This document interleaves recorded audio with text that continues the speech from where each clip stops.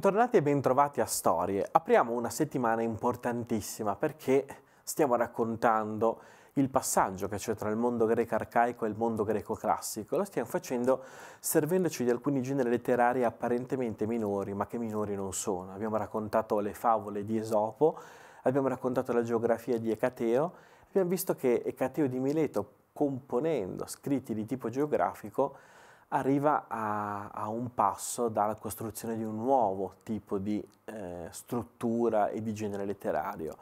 Questo tipo di struttura e di genere letterario passa per i logografi. Chi sono i logografi? I logografi sono grafo, scrittori del logos cioè delle parole, cioè gli scrittori di quello che succede, gli scrittori di quello che accade, gli scrittori di quello che avviene. I logografi sono coloro a partire dai quali nasce la storia.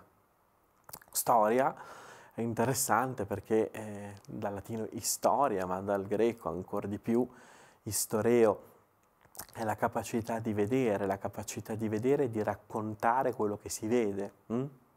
Quindi la storia nasce come una disciplina meramente scientifica, non è la capacità di raccontare le origini, il mito, eccetera, eccetera, ma è la capacità di raccontare quello che è davvero successo, quello che è davvero avvenuto. Con la nascita della storia parte un'altra epoca, perché emerge quella che è la coscienza storica, la coscienza di un passato, di un presente.